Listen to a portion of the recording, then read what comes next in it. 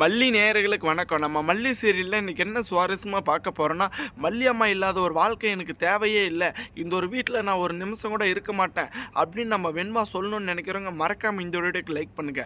ஏன்னா இந்த ரேணுகா கூட வந்துட்டு நம்ம விஜய் இந்த ஒரு வீட்டுக்குள்ள வந்ததும் நம்ம வெண்பாவுக்கு பயங்கர கோவங்க.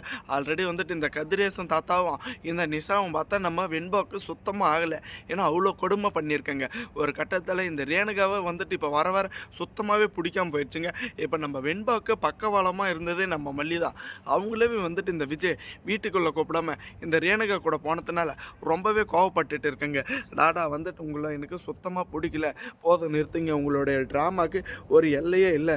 மல்லியம்மா கூட இருந்தால் மட்டும்தான் நான் இருப்பேன் உங்கள் கூட, இல்லைன்னா நான் மல்லியம்மா கூட நான் போய் இருந்துக்கிறேன்னு அவ்வளோ ஆணித்தனமாக சொல்கிறேங்க. ஏன்னா இப்போ தாங்க நம்ம மல்லியோட இந்த ஒரு விசுவாசமான ஒரு வார்த்தைக்கு வந்துட்டு நம்ம விஜயோட மரமண்டைக்கு புரியணும். ஏன்னா நம்ம மல்லி மட்டும் அந்த ஒரு வீட்டில் எல்லாருக்கும் உதவி பண்ணலாம் கண்டிப்பாக நம்ம விஜயோட நிலைமை ரொம்பவே கேவலமாக மாறி இருக்குங்க.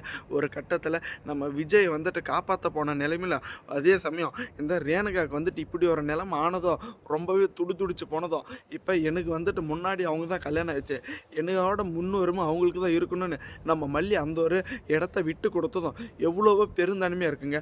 ஆனால் இப்படி ஒரு மரமண்டைக்கு வந்துட்டு நம்ம விஜய்க்கு சுத்தமாக புரியாமல் நம்ம மல்லி வந்துட்டு ஒரு நல்ல விதத்துலேயே வச்சுக்காம கேவலமான எண்ணத்தில் வச்சுட்டு இருக்காங்க. கூடிய சீக்கிரத்தில் நம்ம வெண்பா முடிவு பண்ணுற மாதிரி இந்த விஜய் பண்ணது எல்லாமே தப்பு அப்படின்னு சொல்லிட்டு நம்ம மல்லியோட காலில் விழுந்து வெண்பாவோட ஆசையை நிறைவேற்றணும்னு நினைக்கிறவங்க மறக்காமல் உங்கள் கருத்துக்களை கமெண்ட் பண்ணுங்கள். ஏன்னா ஒரு பக்கம் பார்த்தீங்களன்னா நம்ம வெண்பா இருந்துக்கிட்டு மல்லியம்மா கூட இருந்தால் மட்டும்தான் நான் இருப்பேன்னு அவ்வளோ ஆணித்தனமாக சொல்கிறேங்க.